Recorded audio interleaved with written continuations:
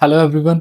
आज हम यूके में रिफ्यूज़ल लेटर के उस पॉइंट के ऊपर बात करने वाले हैं जो मोस्ट ऑफ द केस में क्लाइंट्स के डाउट होते हैं।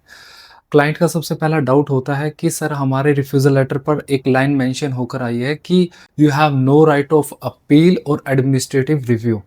आप इस बात को इस तरह से समझ सकते हैं कि अगर हमारे पास अपील करने के 4 तरीके हैं तो वीज़ा ऑफिसर ने उसमें मेंशन कर दिया है कि आप 2 पॉइंट से यूके को होम ऑफिस को चैलेंज नहीं कर सकते।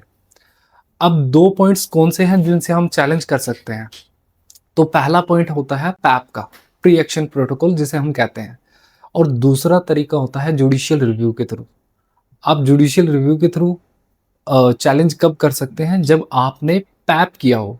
अगर आपने पैप किया है और वीज़ा ऑफिसर ने आपकी पैप को कंसीडर नहीं किया या फिर अपना जो रिफ्यूज़ल है उन पॉइंट्स को वापस नहीं लिया, तो आप जुडिशियल रिव्यू की तरफ जा सकते हो। लेकिन उससे पहले आपको पैप के थ्रू जाना पड़ेगा। तो पहला पॉइंट जो पैप का होता है जिसमें प्री एक्शन प्रोटोकॉल कर कर हम यूके का वीज़ा लेते हैं चैलेंज कर कर। अब वो कब हो सकता है? वो तब हो सकता है जब आपने वीज़ा ऑफिसर को अपनी सारी डिटेल्स दी हो, लेकिन वीज़ा ऑफिसर ने आपकी फ़ाइल को चेक करते वक़्त कोई गलती की है।